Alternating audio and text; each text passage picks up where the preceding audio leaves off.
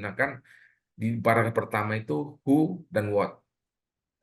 Beda dengan kalau di pemula, ya kan? Misalnya contoh ya, kalau pemula itu dia akan memulai pada hari Sabtu tanggal 13 Juni 2020 telah diadakan seminar oleh Yayasan Rumah Komunitas pertama di Gedung Sate Bandung misalnya. Kalau dia wartawan profesional pasti dia akan mulai dari who-nya atau siapa yang melaksanakan itu kan. Yayasan Rumah Komunikasi menggelar seminar di Gedung Sate Bandung pada Sabtu sekian-sekian. Nah, itu di teras berita. Jadi artinya bahwa hindari menulis teras berita dimulai dengan when atau where, ya.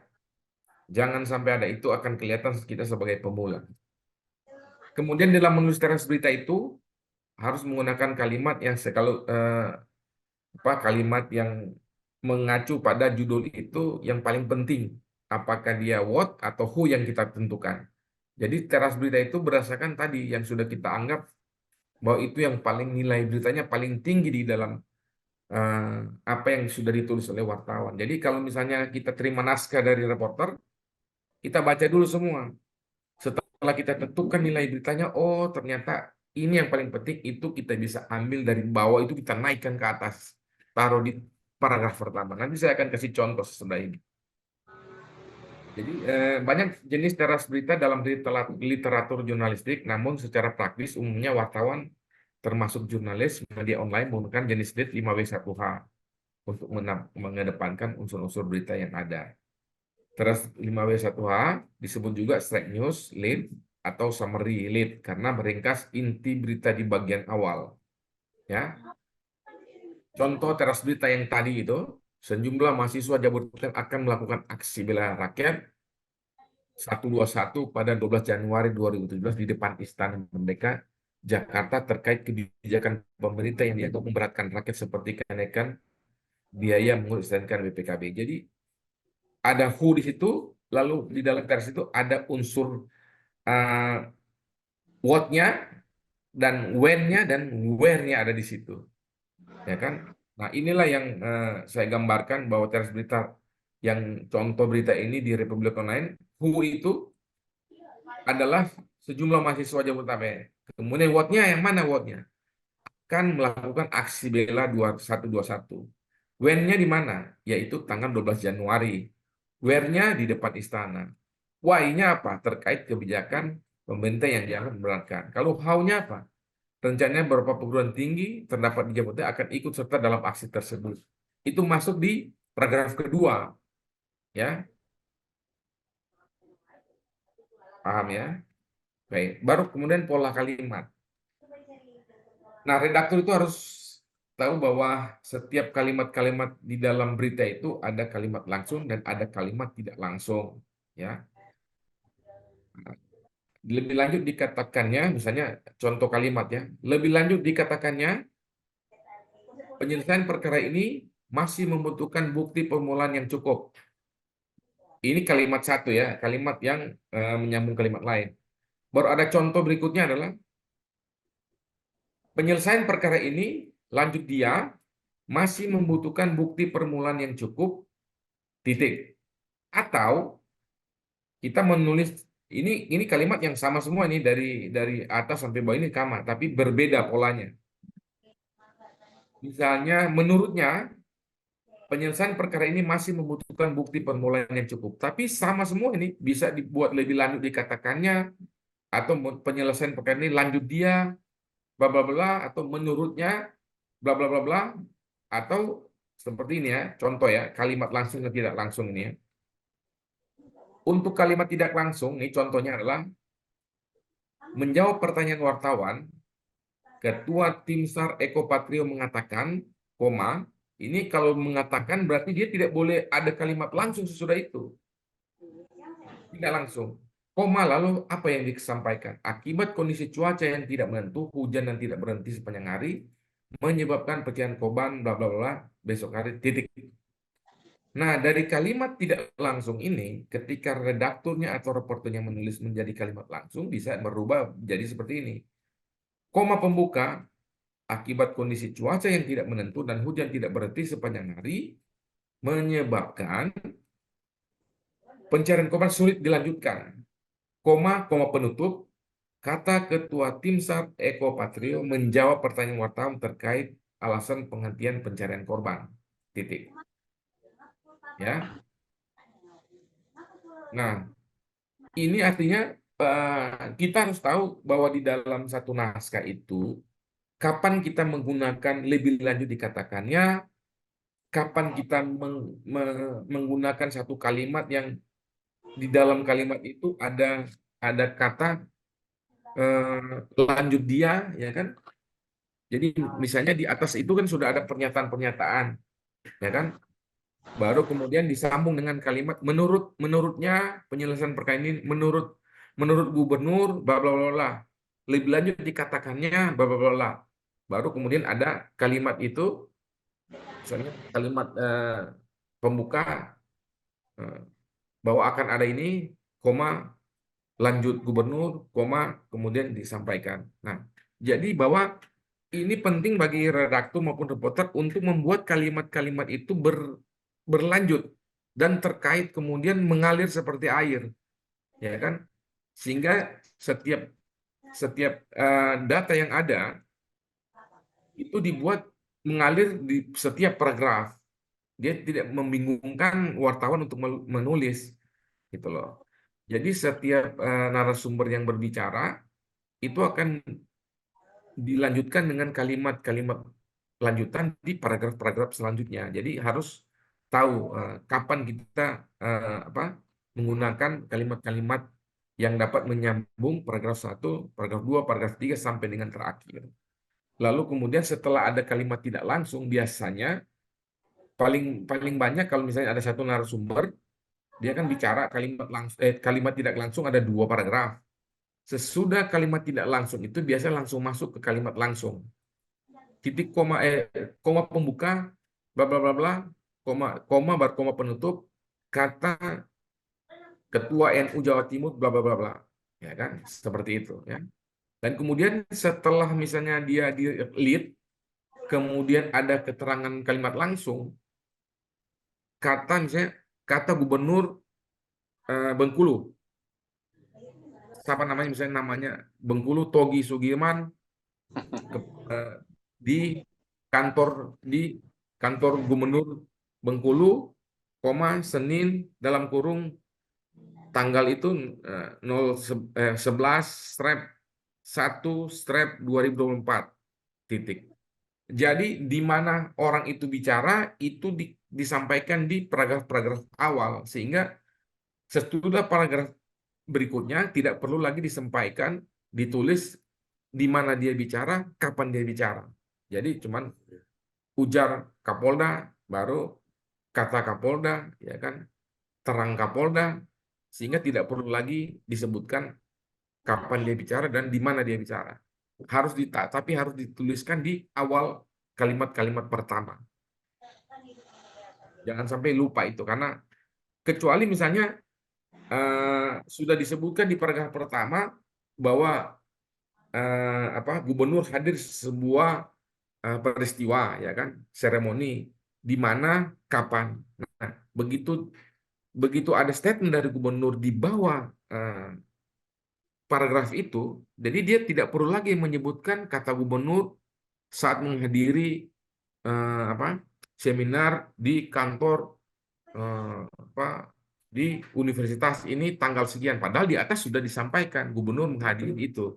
Jadi tidak perlu lagi ketika ada kalimat langsung kemudian ada pernyataan gubernur, kata gubernur Bengkulu apa namanya kemudian di ini nggak perlu lagi, karena di atas sudah disampaikan bahwa ada peristiwa itu di atas. Jadi kecuali kalimat langsung itu, di atas itu belum ada keterangan tentang tempat dan kapan narasumber itu menyampaikan itu. Misalnya di tempat terpisah, ketua tim SAR ini mengatakan, lalu ada kalimat langsung, saya pasti akan memerintahkan anak buah untuk segera mencek lokasi. Tutup kurung, lalu kata Eko di mana dia sampaikan itu harus disebutkan, kapan dia sebutkan dan di mana dia mengatakan itu. Gitu. Apakah di Jakarta, di Jawa Timur, di Bengkulu atau di mana? Itu penting supaya ketika kita menulis tentang ada narasumber, orang ingin tahu dia ngomong itu di mana, kapan dia bicara itu. Sehingga orang tahu, oh dia bicara itu berarti masih pada hari yang sama dengan peristiwa yang ada di atas. Ataupun peristiwa yang ada di atas itu, oh si gubernur hadir, dia bicara pada saat yang sama. Ya, oke. Kemudian teman-teman harus tahu ini ada beberapa kata dasar yang sering kemudian menjadi kalimat di dalam keterangan narasumber. Misalnya tutur. Tidak ada masalah, semua dilaksanakan tahun depan, tutur wali kota. Atau kalimat kalimat tidak langsung, wali kota menuturkan program ini sudah tidak ada masalah dan akan dilaksanakan tahun depan. Artinya bagaimana kita membedakan kalimat langsung dan tidak langsung untuk kata tutur. Ya, tolong dipelajari bagaimana kapan kita menggunakan kata tutur, kapan kita menggunakan kata. Misalnya ini kata dasarnya kata ya. Intinya hanya seperti itu. Klien kami, Mbak Gisel menjalankan proses BAP tambahan yang hari ini sekitar 12 pertanyaan. Kata Sandi Arifin menjawab pertanyaan wartawan. Nah, kalau membuat kalimat ini menjadi tidak langsung, berarti kita harus membuat seperti ini. Sandi Arifin mengatakan, atau pengacara Gisel Anastasia, Sandi Arifin mengatakan, pada intinya hanya seperti itu, karena kali ini hanya menjalankan proses BAP tambahan sekitar 12 pertanyaan. Ya. Jadi khusus untuk kalimat-kalimat terkait perkataan atau pernyataan dari narasumber, ini harus kita tahu. Nah, kapan kita menggunakan ujar? Kata ujar ini, kita kasih contoh seperti ini. 4 sektor strategis itu hanya dapat bertumbuh dan berkembang apabila ICT deployment-nya berjalan dengan baik. Ujar Menkominfo. Ya kan? Nah, kecuali kalau di atas itu belum ada, bisa tulis di sana. Ujar Menkominfo Budi Ari, ya kan? Usai berpidato atau usai menghadiri peresmian tower di Kabupaten Brebes pada Senin 11 Januari strap 1 strap 2024 titik gitu kan. Nah, kemudian Menko berujar 4 hektar ini dan bla bla bla, itu kalimat yang tidak langsung ya. Kemudian papar. Kita harus tahu kapan kita menggunakan kata dasar papar di dalam sebuah pernyataan seorang narasumber. Misalnya kalau dia menguraikan panjang, kita mengisi kalimat itu sampai satu paragraf terkait pernyataan seorang narasumber itu ada 2 kalimat panjang dan lengkap isi informasinya, kita harus tulis bahwa dia memaparkan. Berarti setelah kalimat yang diucapkan itu, kita koma penutup paparnya atau papar rektor Universitas Muhammadiyah di depan Sivitas Akademi, bla bla bla bla, ya kan? Atau dia juga memaparkan, atau rektor Universitas Muhammadiyah memaparkan, bla bla bla bla dan sebagainya, titik. Artinya kita harus tahu menggunakan kata papar itu dalam konteks apa, ya kan? Kapan ini? Kalau ini kan tidak cocok kalau misalnya ucapnya kan, padahal dia ngomongnya panjang. Beber itu artinya sesuatu yang tadinya tidak diketahui, tertutup, lalu kemudian dibeberkan oleh seseorang. Nah, kita menggunakan bebernya atau beber Kapolres atau siapalah ya kan. Nah, ini dalam konteks ayah korban ya kan. Nah, saat itu istri saya meminta hadir di polsek bla bla bla bla, bebernya. Ayah korban membeberkan saat itu ia bersama istrinya diminta hadir di polsek Tambusai bla bla bla dan kemudian titik. Ya. Jadi kita harus tahu kapan kita menggunakan kata beber. Ini penting di dalam mengedit berita. Kalau anak buah menulis salah, ya kan, tuturnya. Nah, salah, dia bukan menutur ini, dia membeberkan. Kalau misalnya anak buah tulis tutur ayah korban, salah. Ayah korban menuturkan saat ini, bukan. Dia tidak menuturkan, dia membeberkan sesuatu, mengungkapkan sesuatu. Boleh. Ini bisa ungkap atau dia bisa beber. Ya. Nah, ucap. Kapan kita menggunakan kata ucap di dalam sebuah keterangan narasumber? Semua sudah divaksin dengan Peduli Lindungi dan juga jumlah penonton dibatasi. Ucap Fadil. Artinya dia cuma mengucapkan sesuatu cara itu.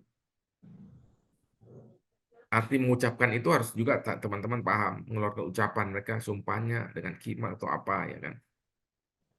Baru ungkap. Nah, kapan kita mengerti tentang ungkap? Ungkap itu dari kata dasar itu melahirkan perasaan hati, ungkapan mengarang itu menunjukkan, membuktikan, menyingkapkan. Ya, terkait dengan kasus yang terjadi Kemayoran, saya membenarkan telah terjadi pencurian dengan kekerasan ini, ungkap Endra, ya kan? Lalu kemudian kalimat tidak langsungnya, Endra mengungkapkan memang benar telah terjadi pencurian dan sebagainya, kemudian titik ya. Jadi teman-teman, mohon ini bisa menjadi satu masukan, gambaran bahwa di dalam menulis berita atau mengedit berita kita eh, paham terkait kata dasar yang akan kemudian menjadi satu kalimat langsung maupun tidak langsung yang diucapkan atau disampaikan oleh narasumber ya. Oke, jelas. Nah, jelas di sini artinya bahwa ketika narasumber membuat penjelasan, ya kan, itu berarti terakhir itu jelas. Misalnya Kapolres. Kapolres ini menjelaskan, koma, bla bla bla bla bla, titik. Kalau dia bicara tentang kalimat langsung, kasus ini sedang dilakukan oleh ini, kemudian akan bla bla bla bla, koma penutup, jelas Kapolres Belitung Timur kepada wartawan, titik. Atau di kantor Mapolres Tebing Tinggi, titik. Atau koma dulu, Senin tanggal berapa, kemudian koma penutup. Itu tentang jelas ya, kata jelas. Nah, kalau kata imbuh, imbuh itu kan menurut keterangan bahwa itu ada tambahan, ya kan, tambahan yang dari seseorang atau ya semacam itu ya, kata yang agak itu. Nah, biasanya itu kalau misalnya gini, ada kalimat saya berharap masalah ini bisa segera diselesaikan dan pelakunya bisa tertangkap, imbuhnya atau imbuh saksi atau imbuh korban, ya kan? Ya, paham ya? Terang, terang ini berarti dari asal kata menerangkan, terang. Terang itu bisa menjadi terang, menjadi jelas, ya kan? Jadi kalau ada tokoh yang menjelaskan sesuatu, berarti kita bisa mengatakan dengan kalimat, misalnya ada contoh ya, saya beri contoh, persoalan ini jika tidak diselesaikan secara damai maka akan berujung saya lapor. Makanya saya mengambil inisiatif agar kedua belah pihak berdamai, terangnya atau terang Kapolres, ya kan? Kapolres menerangkan perusahaan ini jika tidak diselesaikan secara damai maka akan berujung saling lapor sehingga pihaknya langsung mengambil inisiatif memperdamaikan kedua belah pihak. Ya, oke. Semoga teman-teman setiap mau mengedit berita kita harus tahu apa arti kata dasar tentang yang akan kita kutip menjadi kalimat seorang narasumber berbicara. Kemudian ini urai, urai. Kapan kita menggunakan urai? Urai itu berarti menguraikan, membuat kesimpulan, semacam kesimpulan dan lain-lain.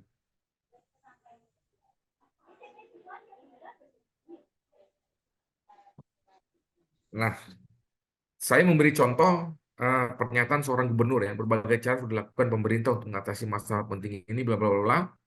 Kemudian ini, lalu urai gubernur ya. Kalian bisa baca kan di apa? Di screen urai gubernur atau kemudian kita membuat kalimat tidak langsung. Gubernur menguraikan sudah berbagai cara dilakukan pemerintah daerah untuk mengatasi masalah ini dan kemudian bla bla bla, titik ya. Mohon teman-teman bisa bahan ini nanti akan di-share sehingga di dalam kita menulis berita, berita itu akan mengalir seperti air dan kita mampu membedakan kapan kita menggunakan kata jelas, urai, ucap, terang, tutur, ya kan, untuk menulis tentang pernyataan seorang narasumber. Ya, jangan sampai kita salah memilih kata dasar. Oke, terakhir terima kasih. Selanjutnya, sebelum saya memberi satu naskah tugas, teman-teman dari apa moderator sudah dikirim lembar tugas tadi Sudah, ke Bapak. Oke. Jadi setelah ini saya kasih waktu ke teman-teman 20 menit lah paling lama mengedit naskah yang saya kirim lewat apa moderator. Silakan di handphone masing-masing atau di laptop masing-masing mengedit, lalu kita bahas bersama ya. Kita break, nggak usah di close. Saya kasih kesempatan kepada teman-teman apa, calon redaktur di Media Quality Land untuk mengedit naskah yang sudah dikirim. Ya, naskah itu sebentar ya. Ini tadi ya. Ini naskahnya.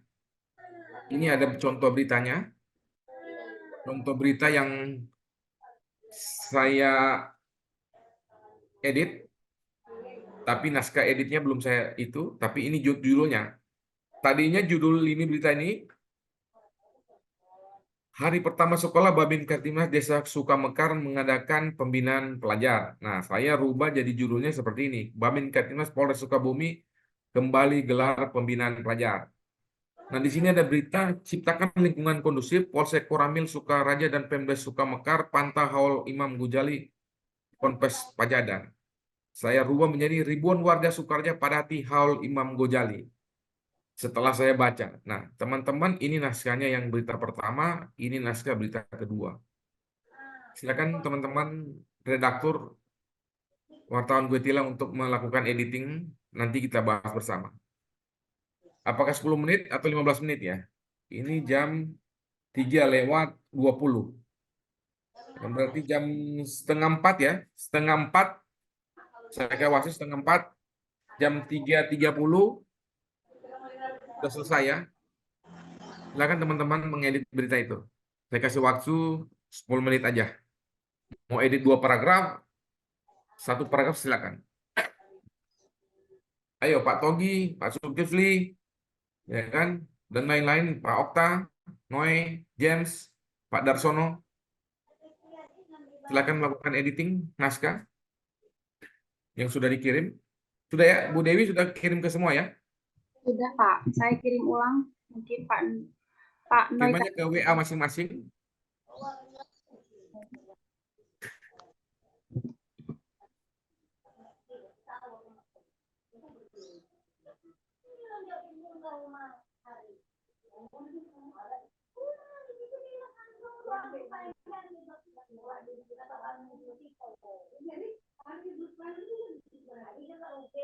Ya, ayo silakan Pak Togi, Iya, iya, iya. diedit naskahnya.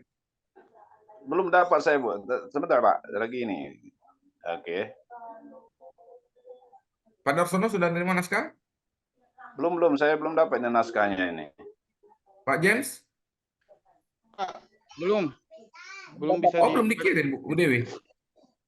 Itu, Pak. Saya kirim di kolom chat Zoom, Pak. Sebentar, saya kirim ke... Oh, kirim ke masing-masing WA. Kan kemarin ada nomor WA-nya. Iya, baik. Maaf, Pak.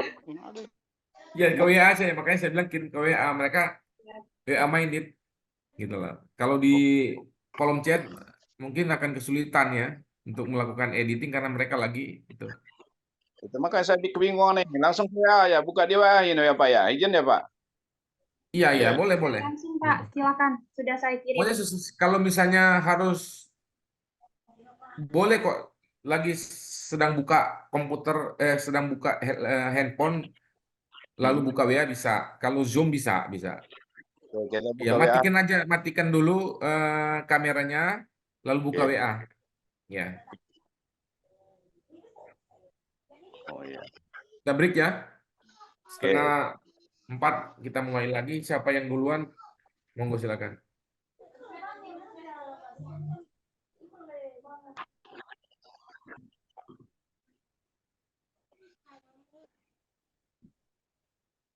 Sudah saya kirim, Bapak, di masing-masing WA. Misalkan ada yang belum masuk, kendala jaringan nanti bisa diinfo di Zoom ini. Nanti langsung saya kirim. 2 paragraf aja diedit, 2 paragraf. Dirubah lead-nya menjadi berita menurut Anda sudut pandangmu